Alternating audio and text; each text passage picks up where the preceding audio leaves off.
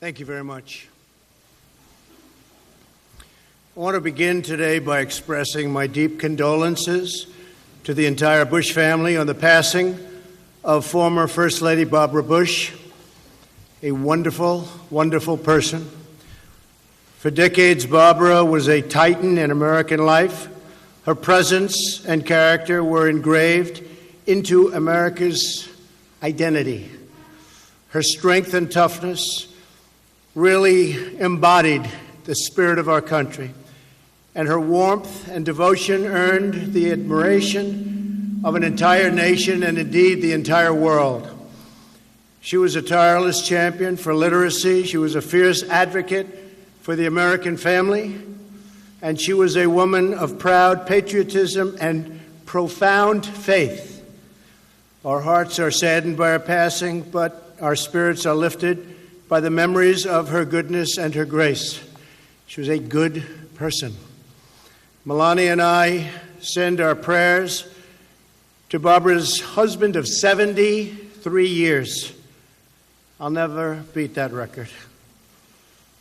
President George H.W. Bush, to the surviving children, Jeb and Neil and Marvin, Dorothy, and former President George W. Bush, and to their many wonderful grandchildren and great-grandchildren. This evening, I also want to send a message to all of the brave service members from the United States, France, and the United Kingdom who were involved in the very successful strikes on targets associated with the Syrian chemical weapons program last week. Once again, the unmatched skill of the United States military and our great partners and allies was demonstrated to the entire world. Missiles were shot. They tried to knock them down. They weren't in the least successful. They hit none. The purpose of our strike was to establish a strong deterrent against the use of banned chemical weapons. Civilized nations must join together to prevent the horrors of chemical warfare and, in fact, warfare. And I think our allies really were absolutely world-class, wonderful. We thank them for their support. Today, I'm thrilled to be joined by my good friend, Prime Minister Abe of Japan, highly respected gentleman. Prime Minister Melania and I are honored to host you and Mrs. Abe once again at Mar-a-Lago. We're grateful for the tremendous hospitality you showed us during our visit to your country last fall. It was a true privilege to be welcomed to the magnificent land of Japan, or, as I've heard all my life, the land of the rising sun. It's true. So great. During our visit to Asia in November, we had tremendous success enlisting support for our campaign of maximum pressure on the North Korean regime. As you know, I will be meeting with Kim Jong-un in the coming weeks to discuss the denuclearization of the Korean Peninsula. Hopefully that meeting will be a great success, and we're looking forward to it. It would be a tremendous thing for North Korea and a tremendous thing for the world. So we will be doing everything possible to make it a worldwide success, not just for the United States or South Korea or North Korea or Japan, but for the entire world. We hope to see the day when the whole Korean Peninsula can live together in safety, prosperity, and peace. This is the destiny of the Korean people, who deserve and have gone through so much over the years. We hope it all works out. We'll be trying very hard. I want to thank the Prime Minister for his insight and support over the past year as we have pursued the dream of a peaceful, nuclear-free Korea. Shinzo, you have worked very hard along with us and all of our people, and we thank you very much. And we're with you. And you're a lot closer than we are, but we're working on this together. Okay? Thank you very much. Your support has been critical to getting us to this important moment in time. It's a historic moment, and possibly beyond that, if it works out properly. Our discussions today reaffirm the close cooperation between the United States and Japan on the issue of North Korea and our common defense. We will not repeat the mistakes of previous administrations. Our campaign of maximum pressure will continue until North Korea denuclearizes. We have great respect for many aspects of what they're doing, but we have to get it together. We have to end nuclear weapons, ideally in all parts of the world. That would be a goal for all of us to hope for and to cherish. As I've said before, there is a bright path available to North Korea when it achieves denuclearization in a complete and verifiable and irreversible way. It will be a great day for them. It will be a great day for the world. During my visit to Japan last fall, I met with Japanese families who endured the terrible heartbreak of having their loved ones abducted by the North Korean regime. We want to see these families reunited as soon as possible. And I know for a fact that it's one of the truly most important things on Shinzo's mind.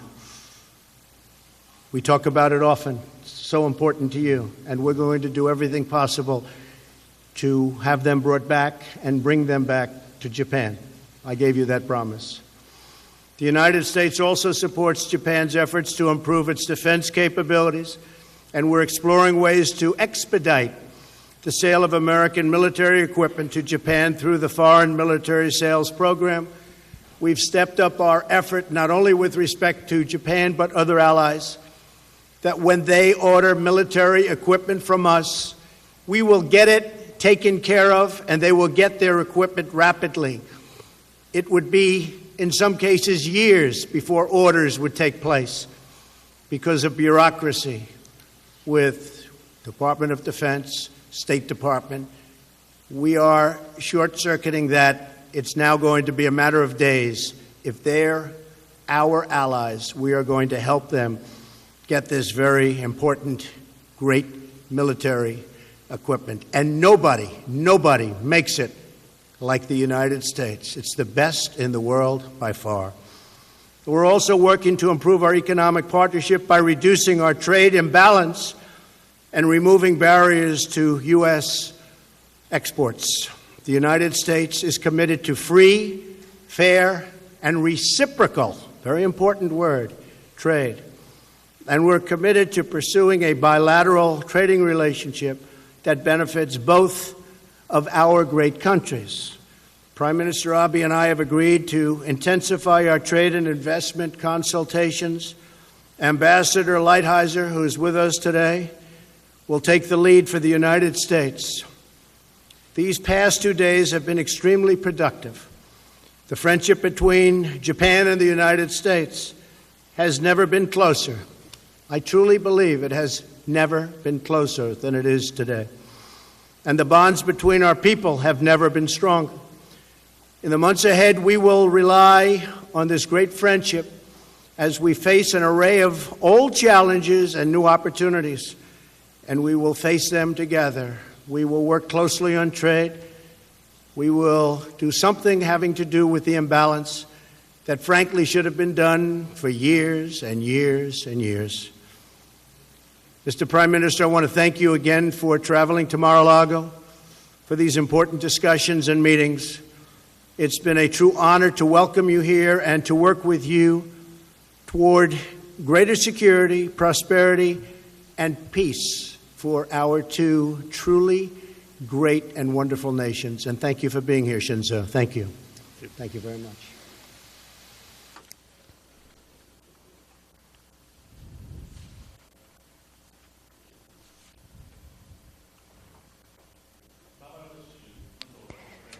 Mrs. Barbara Bush, the former First Lady, she has passed away. On representing the Japanese people, I would like to express my condolences to former President Bush and to all the family members. We express our heartfelt condolences. The infinitely blue sky, refreshing and soothing sea breeze. It was a great pleasure to be invited once again to this beautiful Mar-a-Lago and in a relaxed atmosphere to spend significant length of time with President Trump to engage in fruitful discussion in a frank and straightforward manner. About a year ago at this place, at the very moment I was at dinner with President Trump, North Korea dared to launch ballistic missiles. It is absolutely intolerable. Immediately after I had said so, President Trump stepped forward in front of the camera, though it was not planned, and made one following comment: "The U.S. is with our ally Japan 100%. The President sent out a message of powerful commitment to the world." Donald, your words on that occasion is still deeply etched in my mind, together with my wonderful memory of my stay here in Mar-a-Lago. With one single comment, you demonstrated the superbly strong Japan-US alliance, which has a history of longer than half a century, and I once again express my deepest respect for your remarkable leadership. A year or so has passed since then. The situation surrounding North Korea, due to the decisive decision by President Trump on the first ever U.S.-North Korea summit, is at a historical turning point. The past mistakes should never be repeated. On this point, President Trump and I were in full agreement. On the occasion of the 1994 Framework Agreement or the 2005 Six-Party Talks Agreement, North Korea committed to abandon nuclear weapons development, but those promises were broken. And the effort of the international community to engage in dialogue were all entirely exploited to buy time to develop nuclear weapons and missiles. Based on such lessons learned, both the U.S. and Japan, together with the international community, will demand for all weapons of mass destruction and ballistic missiles, complete, verifiable, and irreversible dismantlement of weapons of mass destruction and ballistic missiles to North Korea. By envisioning multiple scenarios, we carefully thought out our policies and directions at a concrete and detailed level. Just because North Korea is responding to dialogue, there should be no reward.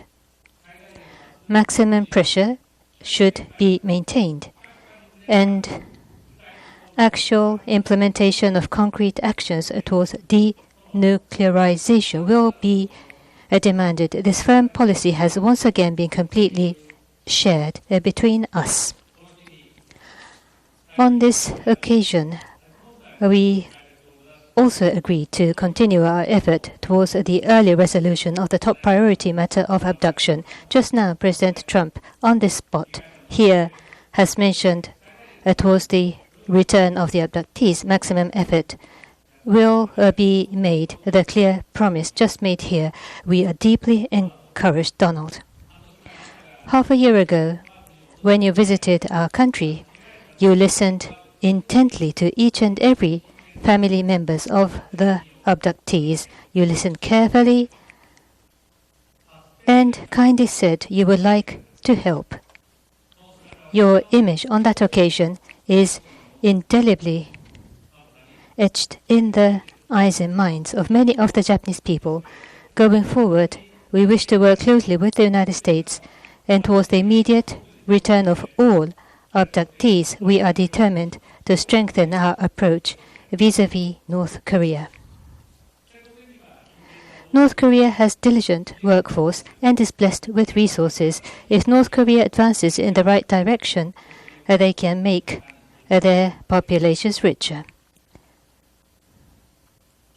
If North Korea takes the right path, under the Japan-North Korea Pyongyang Declaration, there could be a possible path to settle the unfortunate past and to normalize diplomatic relationship. For that to happen, a comprehensive resolutions of multiple concerns, including abduction, nuclear, and missiles, would be the fundamental precondition. Through the upcoming historic U.S.-North Korea summit, we strongly hope for a breakthrough in this situation. The Japan-US alliance is not just limited to the field of security, but it also contributes to the peace and prosperity of the world as well as the region. On the economic front, Japan and the US will take a lead and develop a free and fair market in the Indo-Pacific region. I spent some time with President Trump to discuss ways to make that happen in a candid manner. First of all, we must further strengthen the economic ties between the two countries. Under President Trump, exports from the U.S., including energy, aircraft, amongst others, have already been increasing significantly. Further, following the bold tax reform by President Trump, Japanese companies' investments in the U.S. have been gaining momentum, which is creating a large number of jobs in the U.S. and contributing to the expansion of the exports from the U.S. In order to benefit both Japan and the U.S., we'll further expand trade and investment between the two countries. Building upon that foundation, we'll aim to realize economic development in the free and open Indo-Pacific region based on fair rules. To make that happen, at this time, President Trump and I agreed to start talks for free, fair, and reciprocal trade deals. And Minister Motegi will be responsible for these talks on the side of Japan. Minister Motegi and U.S. Trade Representative Lighthizer, I hope we'll have a very fruitful discussions. Over the last 2 days, President Trump and I have spent more than 7 hours together over meals and playing golf, while at the same time we were able to hold extremely fulfilling talks in a relaxing atmosphere. The last 2 days were the time when I was able to further deepen my friendship and relationship of trust with President Trump. Lastly, I'd like to express my sincere appreciation to Donald and First Lady Melania for their wonderful hospitality as well as the continued warm-hearted welcome of the people of the United States. Thank you. Thank you very much, Shinzo. Appreciate it. Questions? Mark Landler. Mark. Thank you very much, Mr. President. Mr. Prime Minister, nice to see you again. Mr. President, you sent your CIA director to Pyongyang a couple of weeks ago, and he returned without 3 Americans who are being detained there, and also without any other visible signs of concessions the North Koreans had made to the United States in advance of your meeting with Mr. Kim. My question is, do you intend or are you willing to sit down with Kim Jong-un if Americans are still being held in North Korea? And will you insist on other tangible concessions from the North Koreans in return for gestures like sending a potential future Secretary of State to North Korea? And from the Prime Minister, if I may, you a moment ago alluded to new trade talks between your minister and Mr. Lighthizer. Should we interpret that to mean that you are now open to negotiating a bilateral trade deal between the United States and Japan? And then a second question, Japan is the only major American ally that was not exempted from the steel tariffs. Did you ask the President to exempt Japan, and if so, how did he reply? Thank you, Mark, very much. The fact is that they do have 3 prisoners. We have been talking about them. We're negotiating now. We are doing our very best. As you know, they've been there a long time. And It's harsh treatment. We fought very hard to get Otto Warmbier back, and when we came back, he was in very, very bad condition. It was a very sad event. We are likewise fighting very diligently to get the 3 American citizens back. I think there's a good chance of doing it. We're having very good dialogue. We will keep you informed, but we are in there, and we are working very hard on that. We have come a long way with North Korea. We were, as you know, and when I say we, for many years they've been talking to North Korea and nothing's happened. This should have been taken care of by past administrations when they were not nearly so far along.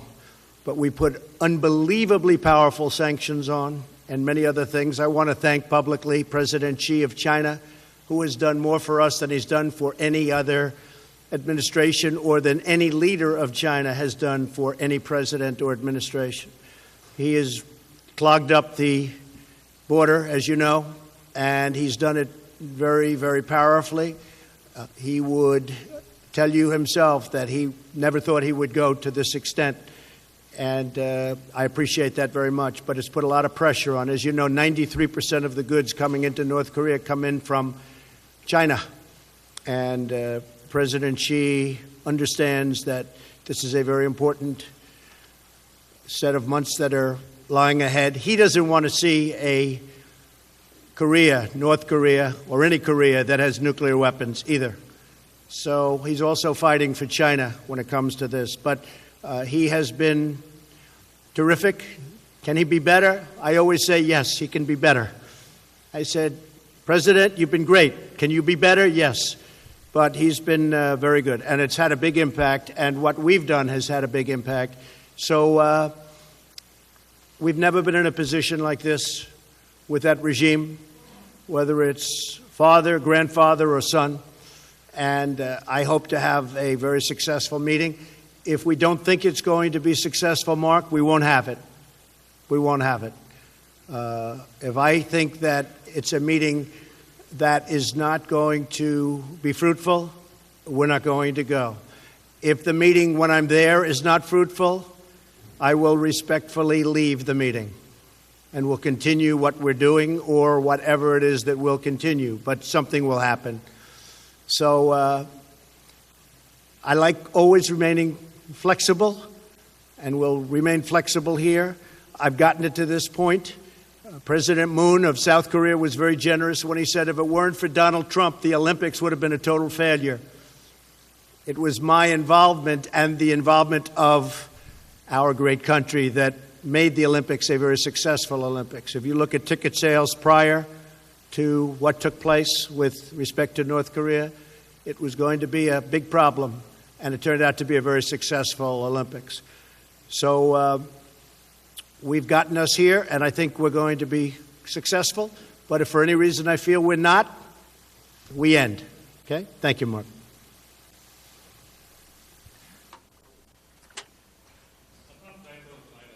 Between President Trump and myself, for benefiting both Japan and the U.S., we have expanded the investment and trade.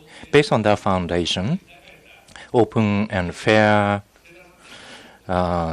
economic development in the Indo-Pacific region, we have agreed to start talks for free, fair, and reciprocal trade deals at this time.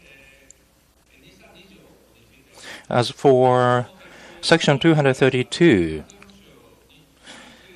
Japanese steel and aluminum would not exert any negative influence on the U.S. security. Rather, it's our position that the quality of Japanese products is high. Many of those products are difficult to be replaced with, and they are greatly contributing to the U.S. industries and employment. So recognizing that, we'd like to continue to respond to this matter going forward.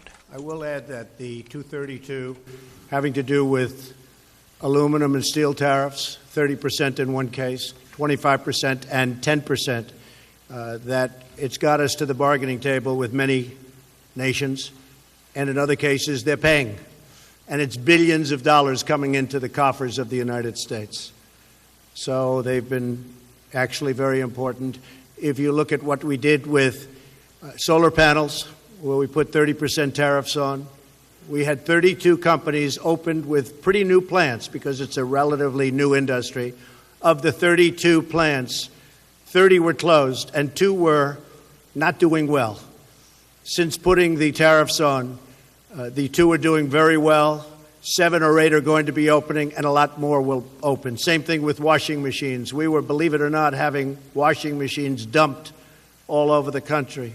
We put tariffs on, and we're now opening up and expanding companies that create and make, which is actually a very big business, washing machines and dryers. So the workers of our country know what's happening. We have companies moving up from Mexico, automobile companies, and they're building new plants in Michigan and Ohio and Pennsylvania and Kentucky and expanding their plants. A lot of things are happening. Our country is doing very, very well. So, and it's going to continue. It's going to continue. A lot of great momentum. If you look at any chart, the enthusiasm for business in our country is at an all-time high. And unemployment for African American workers, for Hispanic workers, unemployment is at an all-time low. In history, in the history of our country, it's at the lowest point. If you look at unemployment for women, it's at an 18-year low. So we're very proud of our achievements. And starting now, as you see, over the last few weeks, the tax cuts are kicking in. And it's a beautiful thing to see. And people are spending money where they didn't have the money to spend previously. So we're very happy with that. Shinzo, please.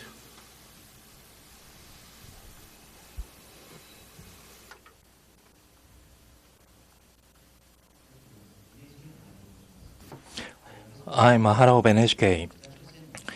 I'd like to ask questions about how to handle North Korean issues.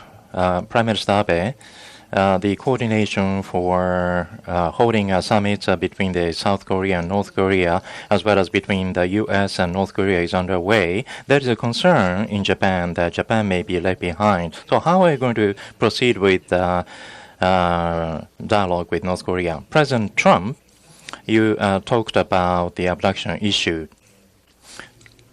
Are you going to consider the nuclear weapon the same level as abduction issue? Well, maybe I'll go first. Abduction is a very important issue for me because it's very important to your Prime Minister. I will tell you that we were having dinner last night and he started talking about abduction and how horrible it was. And his level of enthusiasm was unbelievable. And I said to him right then and there last night at the table, I said, we will work very hard on that issue and we will try and bring those folks back home. Very, very hard.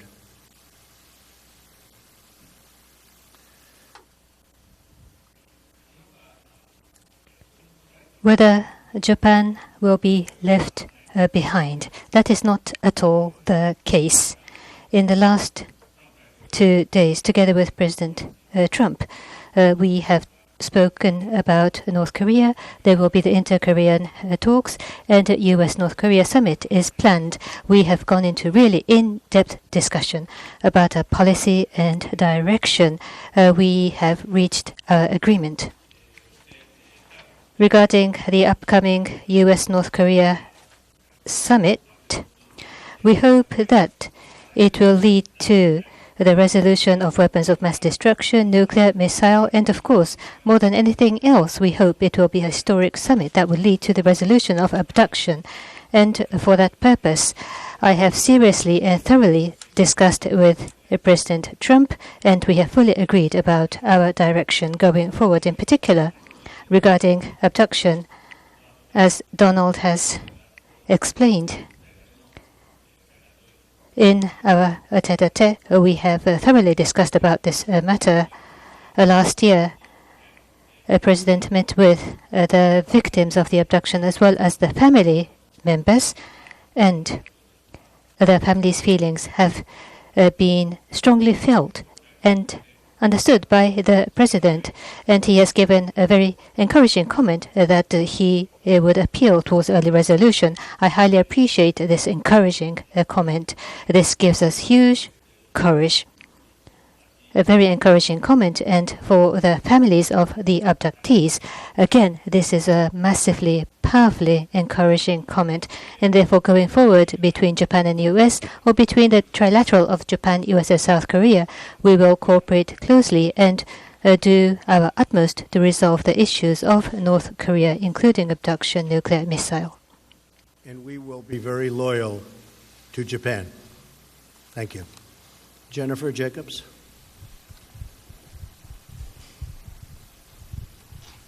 Thank you, Mr. President. On the Mueller probe, have you concluded that it's not worth the political fallout to remove either Special Counsel Mueller or Deputy Attorney General Rosenstein?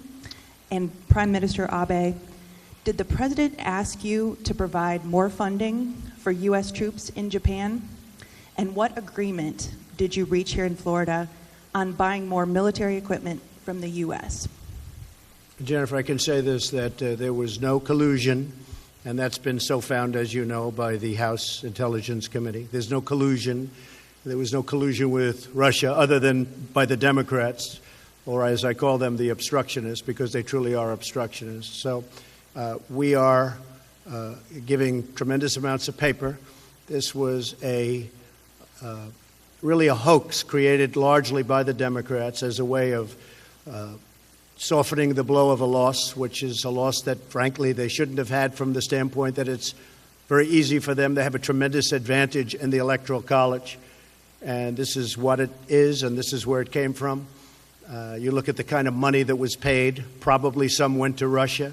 You look at Podesta having a company in Russia where nothing happened and people don't talk about it. You look at the fact that their server, the DNC server, was never gotten by the FBI. Why did the FBI take it? The FBI takes what they want. They go in, they wouldn't get the server. This is a hoax. As far as the investigation, nobody has ever been more transparent than I have instructed our lawyers. Be totally transparent. I believe we've given them 1.4 million pages of documents, if you can believe this, and haven't used, that I know of, or for the most part, presidential powers or privilege. So we are hopefully coming to the end. It is a bad thing for our country, very, very bad thing for our country. But there has been no collusion. They won't find any collusion. It doesn't exist. As far as the two gentlemen you told me about, they've been saying, I'm going to get rid of them for the last 3 months, 4 months, 5 months, and they're still here. So we want to get the investigation over with, done with, put it behind us, and we have to get back to business with negotiating with this gentleman and plenty of others. But this gentleman is a very tough negotiator, and we have to focus on that. Thank you very much. Regarding the U.S. forces' expenses, the U.S. forces in Japan, the safety and security of Japan, and the peace and stability of the Far East is being maintained. And for the forward deployment strategy of the United States in the Asia-Pacific, in terms of the presence in Japan is very meaningful and significant. In the case of Japan, across the world, in terms of paying for the expenses, Japan accounts for the largest percentage of stationing compared to other countries, and the President understands very well.